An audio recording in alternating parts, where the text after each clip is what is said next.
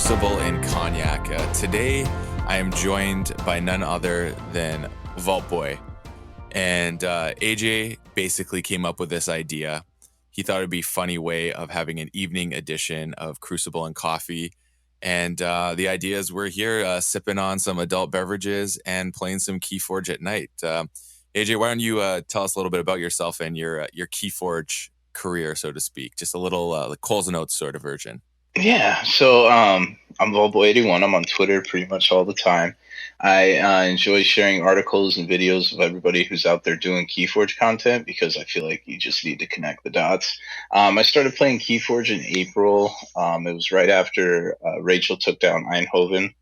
I actually was watching another YouTube channel where I was watching it for Transformers content, and I fell asleep in my chair, and I woke up to watching Rachel win Eindhoven, and found it to be a very interesting game. So ever since then, I've been playing pretty heavy. Got a local chain bound going in my town. We get about 4 to 8 players a week, and I went to my first Vault tour in August. I was at Gen Con. I finished, I believe it was 22nd out of 233 people.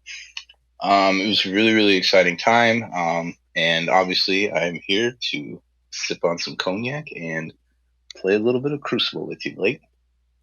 Yes, sir. So the format for this is it's kind of an interview-based show, but we're going to be playing Crucible and sipping some liquor while we do so. So it's going to make for some interesting conversation and have some gameplay going on at the same time. So you can pay attention to whatever side of it you like. So I think we've had enough time to kind of look at each other's decks, I hope. I mean, we can look at the list while we go if need be. But well, let's get the game started, and I'm going to continue to ask you some questions, and we'll just proceed on as we go through the game. Excellent. Sounds good to me. First of all, what is this deck you're playing here? Like, why do you like this deck?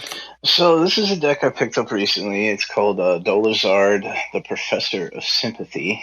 It's a very interesting deck to me. I really like it for the key charge, and I'd like to prove that Untamed's got something to show. I also like the disc package here. It's not a heavy purge package, but it's enough to be annoying. It has a Bornit's Touch. It's got a couple of draining touches for control. And it's got an Inspector to get cards out of your hand. And it's also coupled with a Hysteria in case you want to go too crazy with the dinosaurs.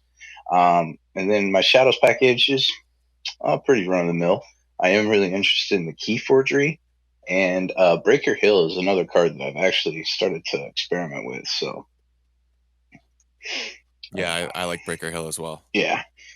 He's a lot better than I thought he was initially. I'm rolling pretty good with my Key Forgery right now. I'm 3 for 3 on the third key calling right, so I feel good about that. Nice.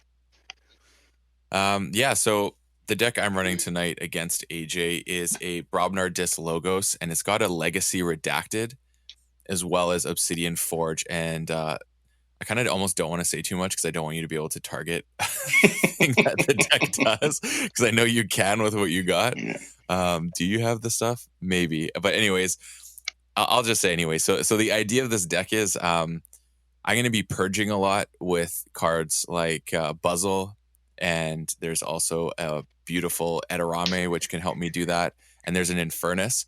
And then it's got a universal recycle bin, which basically allows me to archive cards from my purge. So it's kind of like my purge pile becomes another resource. Mm-hmm. Herb. This deck doesn't have a ton of Ember control, but the one it does, it's unique Ember control. It's not like straight losing. Like you have to be very creative with how you make it work. And that's the thing about this deck that I really want to try and explore tonight. Mm-hmm. The Brobnar is a little bit of meh, but it does things. Yeah, like there's some cool targets. Yeah, so that's that deck. Let's go on to your next question and let everyone know a little bit more about you. Mm-hmm. So first off, what are you sipping on tonight? Actually, we need to go over all the logistics of the evening. I'm having a little bit of Hennessy here with no ice and no chasers. So I'm trying to take it easy tonight. It is work night tomorrow, so. All right. And for me, I'm sipping on some Cavassier with Grand Marnier and some lemon juice, basically. Just shake it up and serve it like a martini, pretty much. Nice. And it's very refreshing, I must say. Aside from seeing that video when you fell asleep and woke up the next morning to KeyForge, what's what actually drew you to KeyForge? Like, what was the aspect that was like the hook for you to be like, I gotta try this game? Watching her play, it kind of opened my eyes to the fact that KeyForge is a game that doesn't necessarily want to interact directly with your opponent's creatures or your opponent. You just basically want to race to forge 3 keys as quickly as possible. So I found that to be very interesting for this game. It's definitely different than what's out there. You know, I've played Transformers, Final Fantasy, Magic the Gathering. It's like Force of Will when it was pretty hot. You know, all those games involved like killing your opponent. And the one thing I like the most about KeyForge is I don't build my deck, which I like. A lot of people don't like that, but I understand that. And also, it's the fact that I can't go on YouTube and have somebody explain to me how my deck works. I have to figure it out for myself. And that's something else that I'm really drawn to about KeyForge. That's one of my favorite things about KeyForge is the lack of ability to do the quintessential net decking, Mm-hmm. which existed. That was maybe my biggest draw into the game for me personally, was that you just couldn't do that, Mm-hmm. because I think that's something that I'm not a big fan of, and I found it so toxic to be a part of that, and I just did not like it. Yeah. You know, obviously it's inevitable. You can't stop that from happening. But No. the nice thing about KeyForge is that, you know, like I said, yeah, I can't go on YouTube and watch somebody show me how to play my deck. Okay. So I don't know if this question can be answered just yet, Mhm. but maybe you can give two answers. So, what is your favorite card to play and why? And I want to know which one you find the most fun and which one's the most competitive. And if you have an answer that's kind of like, well, now that Worlds Collide exists, this card kind of is creeping Hmm. up. So if that is true, I'd like to know which one pre Worlds Collide and now your Worlds Collide one. But a fun card and a card that you like rely on competitively. So pre Worlds Collide, I'd probably say my fun card would be Binate Rupture. It's a card that a lot of people are down on. They really don't like it. But the reason why I like that card so much is that basically it forces your opponent to have a heart attack because they pretty much understand that if they're getting a free key or two from you, that it's probably not going to last very long. So especially when you have Yeah. helper bots and too much to protect and things of that nature, interdimensional graft, you know, it's like you can definitely open up some avenues. I do have a tie for my favorite card. I would also say Darna is up there with one of my favorite cards. I've quite often generated at least 5+ amber from her.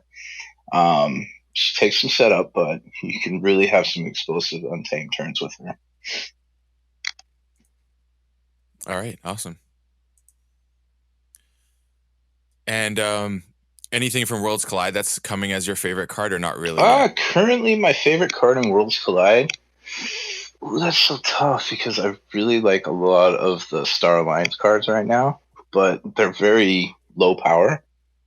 So you got to really use your brain when you're putting those together. I'd probably say, hold on a sec here. I'd probably say my favorite card right now in Worlds Collide would probably be Hit and Run, especially with Ronnie Wrist Clocks. That is a very, very, very annoying setup. I played Sir Dan from Sanctimonious with a deck that has 3 of those with one Ronnie, and he famously said during the game, this is what my opponents must feel like with my Ronnie Exhume deck." And I said, "Yeah, something like that." Yeah, he told me about that. It was a good game though. I had a great time with him, and you know, he's a really, really fun player, and he's very competitive, and just all in all, he's a good guy. Oh yeah, I forgot about the flame, but it's a good man there. So uh, Yeah, I can't argue with that statement. He is a yeah, good guy. yeah, he really is. What are your thoughts on Brobnar now? You know, they've always been in a weird place in Keyforge. I mean, they're a house that seems to be the most straightforward to a newer player. Um, um, Honestly, it hasn't changed much for me. I've always liked Brobnar. It's just a house that seems very straightforward, but you have to have a board set up before you can use it. which can tend to lead to some bad times for some players. Um, I personally like the new Brobnar. I love Berserker Slam. I love the Power of Fire. I think that card's really good. It's a very pseudo effervescent principle, but it does work. It kind of stinks when you got to cough up a pretty big creature for it, but when you have like Tentadlin here, I mean that's a pretty easy decision. It's like, especially if your opponent isn't archiving. Right. But overall, I'm happy with Brobnar. I'm not upset with Narp. I actually have done some pretty hilarious things with Narp. I love exiling him to my opponent, especially when they have two good reefs on each flank. Um, it tends to cause a little frustration. Oh, without Yeah. a doubt. Okay, so next question is what is your most memorable KeyForge memory? And well, I guess not memory, but the most memorable play. I have a good answer for this. So I was in round 6 at Gen Con. I played against an amazing player named Andrew Minshaw. He's a very, very intelligent player. He played a very rough Coda deck against me.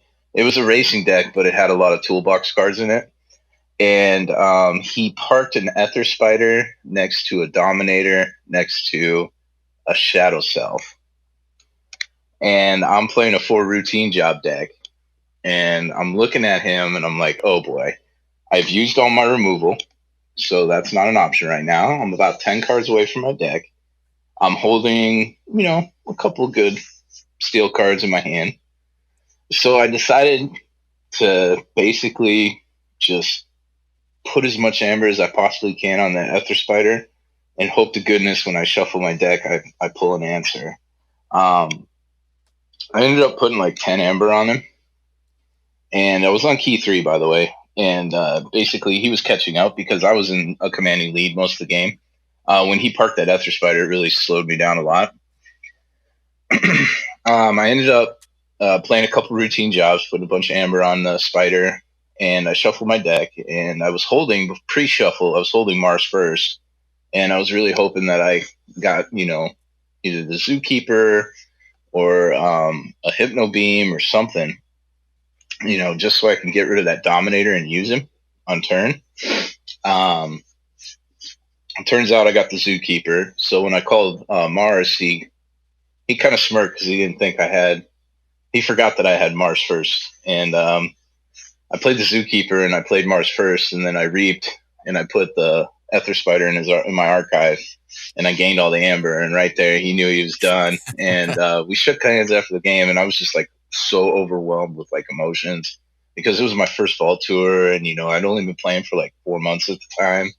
And I worked Right. really, really hard just to get good at my deck, and I had to do it without TCO.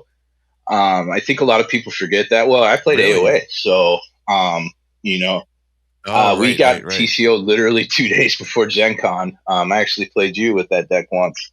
But I I had about remember, yeah. 74 games under my belt when I got to Gen Con, and they were all physical games. So it was a bit of a challenge. When I hit, I was just like so thrilled. Um, and we talked about it on day 2 of the Archon because I saw him before games started.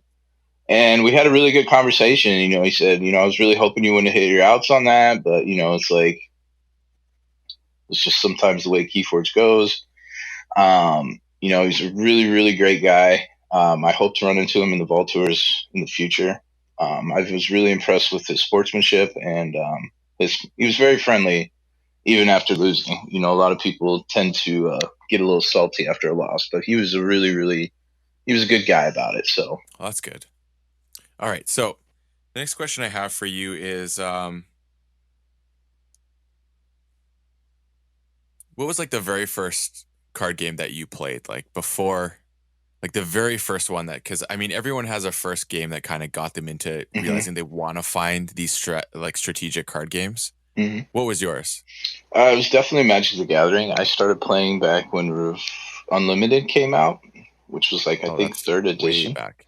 Yeah. Yeah, I was just like 11 years old. My buddy come over to my house. He's like, "Have you heard about Magic the Gathering?" I'm like, no, what's this?"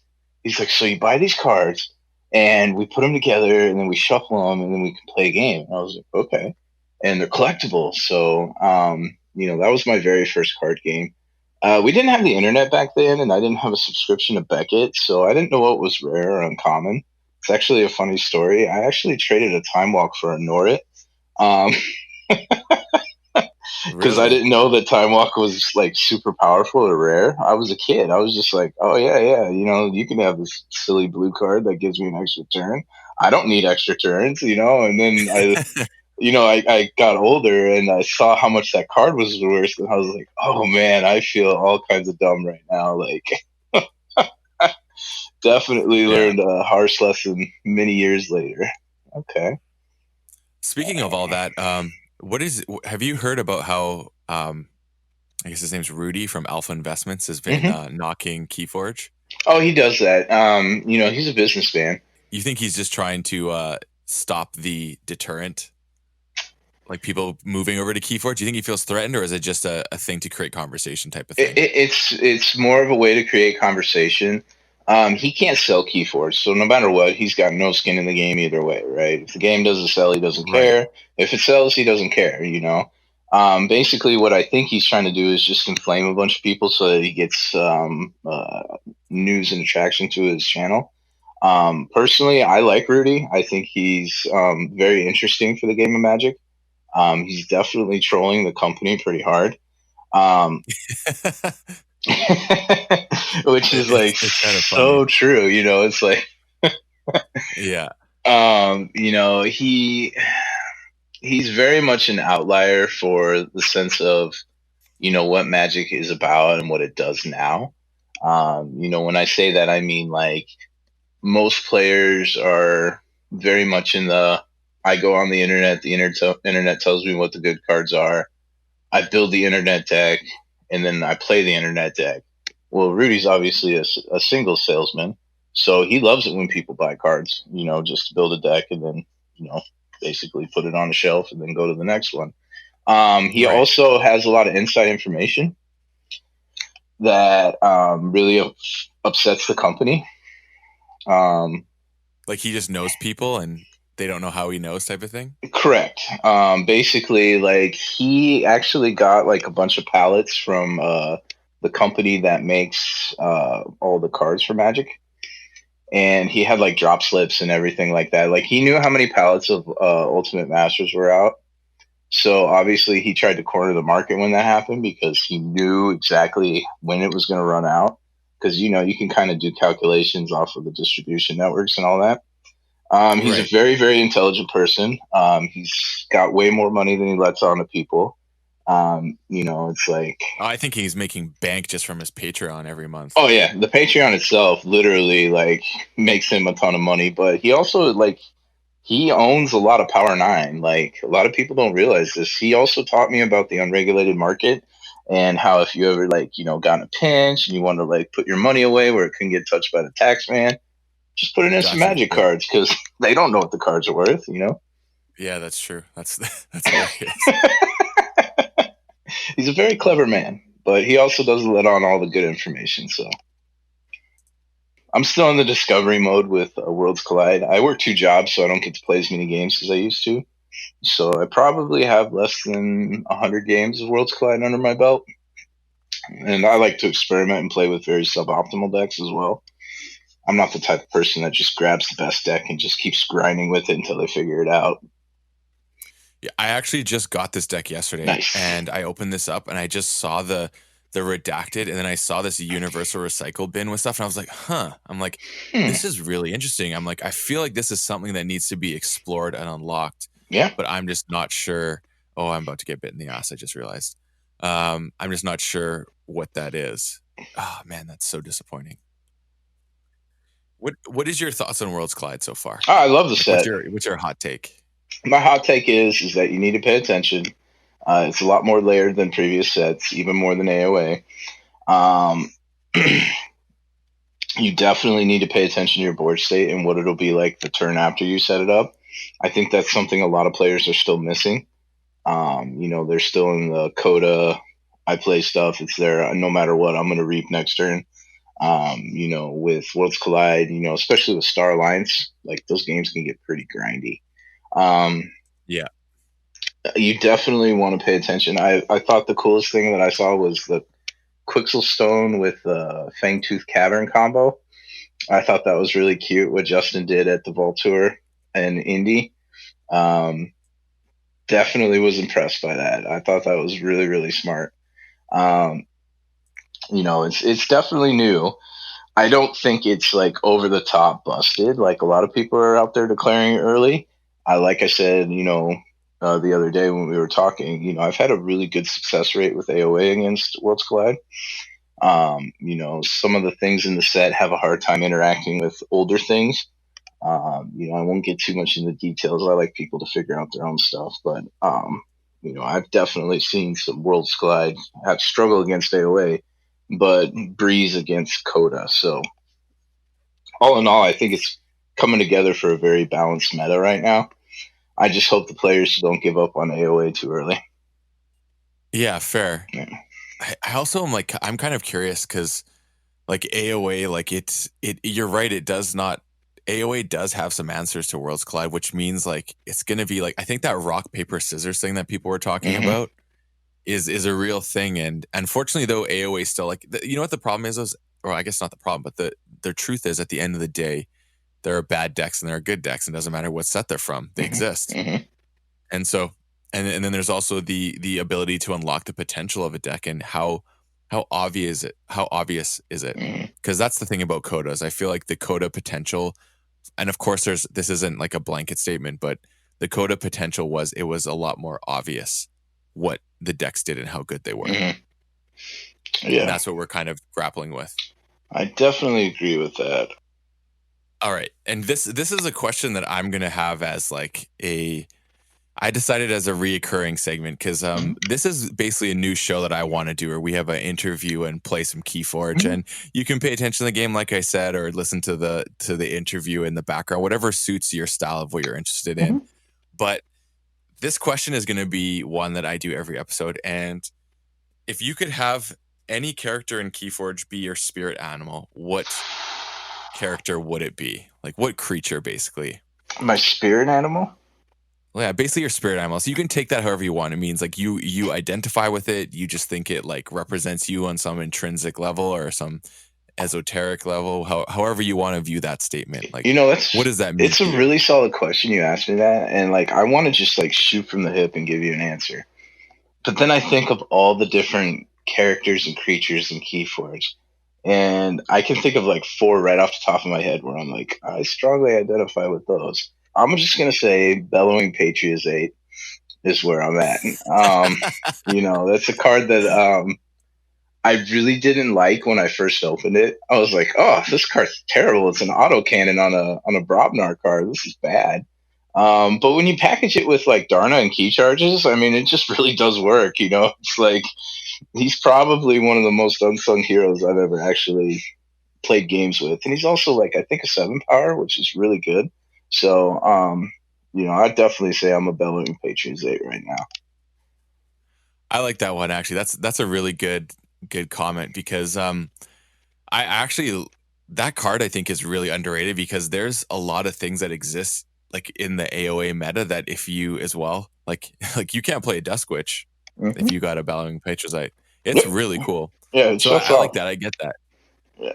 So again, I know you said all that. Is there anything about the art? Is it the card? Like what is it like really that you identify with that card?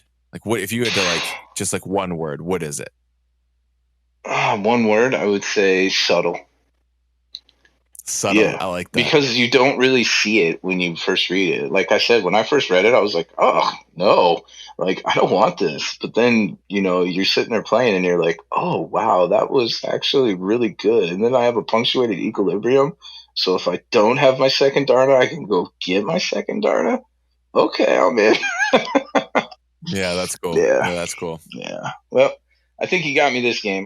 I'm sorry that did not go as planned. Hey, Hopefully, it would have been a more close game. yeah. But I mean, we're still learning the decks. Again, like I said, I just opened this yesterday and I saw potential, so I'm still testing Hmm. it. And I don't know. I think on any given day, a deck can either be a 10 or a 1. You know what I mean? Like Oh it, yeah, it has the potential. definitely. Yeah, go ahead. No, that's it. Yeah, Yeah, that's all I had to say for that. yeah. So, you mentioned it could be a 10 or a 1. One thing I like to do with my chain bound is I like to buy a deck and just open it, scan it, and play it like with no thought whatsoever. And most of my opponents think I'm crazy for doing that, especially when we were playing AOA. They're like, "Yeah, you can play AOA. I'll keep playing this Coda." Um, I popped a deck that I thought was amazing. I played it. I went 3-0 at my chain bound. I faced two very strong Coda decks. Um, I go home. I scan it in. It was like, and this is version 3 SAS, by the way. I scanned it in, and it was like 62. And I'm like, Here's my question for you: did it have Ortanu in it? it did not have Ortano in it. I have a theory that Ortanu doesn't, for some reason, register in SAS because I have two Ortanu decks that are really low, like really really low, and I've Hmm. like wrecked with them. Yeah, it also does that with Plague Rats, I've noticed too. It doesn't like those decks too Yep. much. Well, oddly enough, there's Plague Rats and Ortanu in the same deck Oh, that sounds like a with a good pile way. of skulls. Jeez, you're going to get rid of all kinds of ward that way. Yeah, I'm excited to test that deck out in the new meta. Well, let me know if you need Space Monkey for that. I would love to play against that. 100%.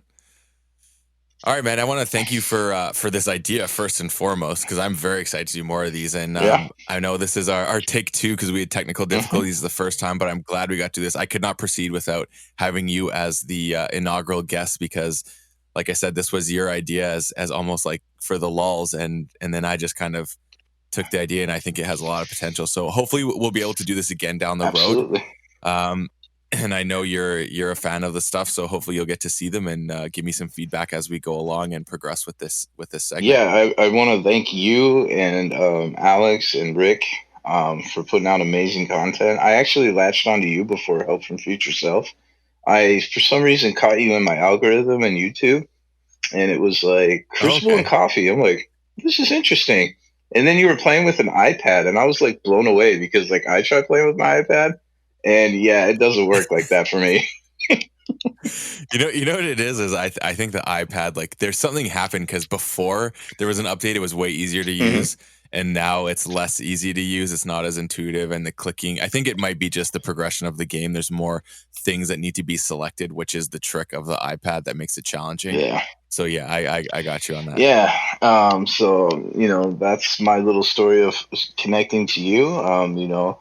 I again, And I found you, I think, actually was through Twitter is how we yeah, connected, and then we just were you're always popping up on the conversations, always engaging, which I think is a really good point to put out about you is like if you're on Twitter and you're not following VaultBoy81 and you're a fan of KeyForge, you're making a mistake because he is very active. He very much enjoys connecting with the community. So give AJ a follow on Twitter and have some conversations because he's about that life. yes, please do. I love talking about Keyforge. I'm not the greatest player by any means, and I make bad decisions and bad choices sometimes, but I do like to We have all do. fun, and I value everybody's opinion very highly. So I definitely love to interact with people, and thank you for the plug there, Blake. I appreciate that. Oh, my Yeah, pleasure. and I want to thank you, Coach. Yeah, this game, I don't know. This game went really well for me. I'm not gonna lie. Like I played it last night in Chainbound, and I had some moments where it did not go this well. So Yeah, yeah, it's the idea is for it to go kind of fast, and it did that tonight. So thanks again for yep, coming on, man. I really appreciate yep. it. Thank you.